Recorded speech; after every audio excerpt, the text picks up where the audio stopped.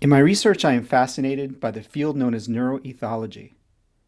Different types of animals have adapted brain systems to help them survive and thrive in their environment. Bats can bounce their high-pitched shrieks off of objects to calculate distances. Some eels can give electrical charges to evade predators. Every species becomes really good at certain things. For us humans, that thing is social cognition, understanding the thoughts and perspectives of other humans. From infancy, we obsess over people. Babies spend nearly all of their waking time looking at and listening to other people.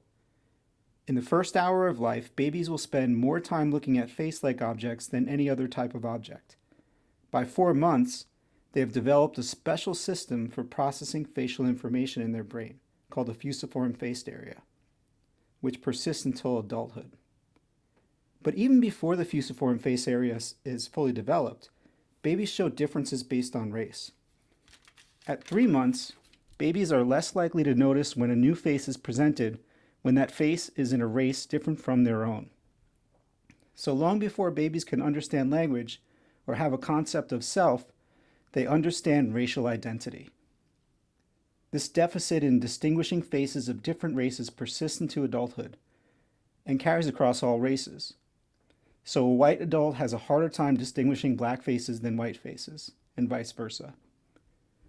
This corresponds to decreased activation of a part of the brain just behind the ear called the fusiform face area, but an increased activation of the amygdala, the fear center, which is located near the center of the brain. However, this attention to faces of one's own race is almost certainly learned, and there appears to be a critical period. For example, children adopted by parents of a different race become better at distinguishing faces of the adoptive parent's race than their own. What does this tell us? That we see color. We all see color. And if anyone over 2 months old tells you that they don't, it's just simply not true.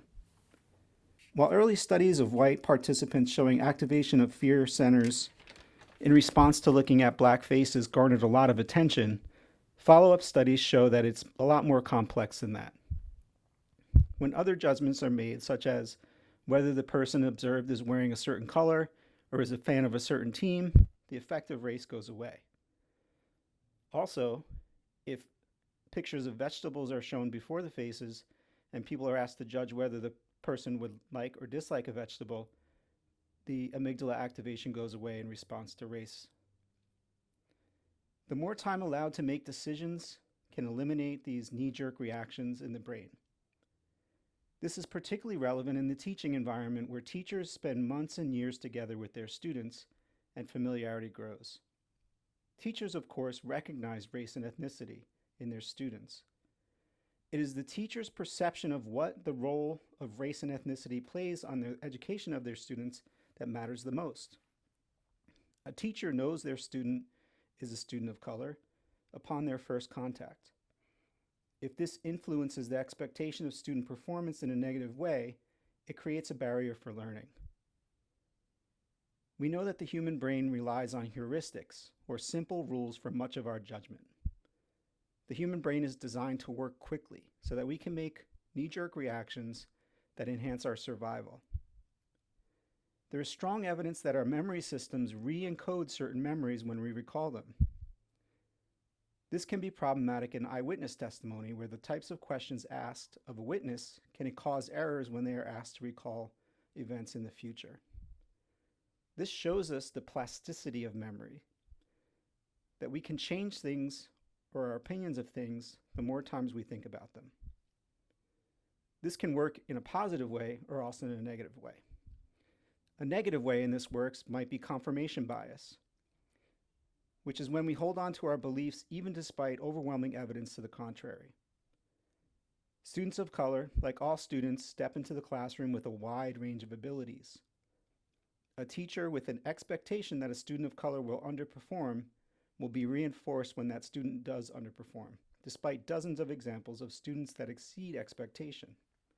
This is a confirmation bias. Confirmation bias occurs because it is easier for us to reinforce our own false beliefs than to change them. The human brain does not like conflict. We have specialized centers for conflict resolution, and those centers are mostly quiet, except for when situations occur where we are challenged. When teachers recognize that their biases exist, one approach could be to draw upon counter stereotypes in their own training and to use counter stereotypical material in the classroom. It has been shown that even subliminal exposure to counter stereotypes through examples of people of color who are successful can suppress bias for over 24 hours. Counter stereotypes can be beneficial for students of color too.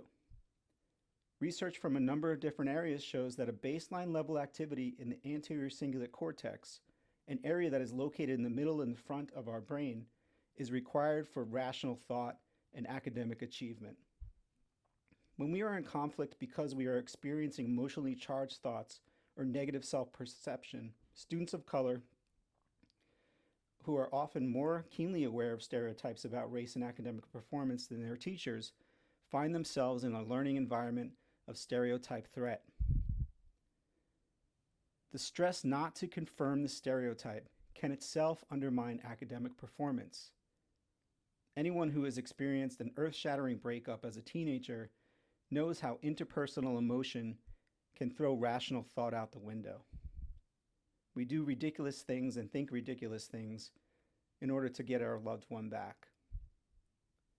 For the student of color learning in an environment built upon a framework of structural racism, the burden of maintaining rational thought and clear thinking is real.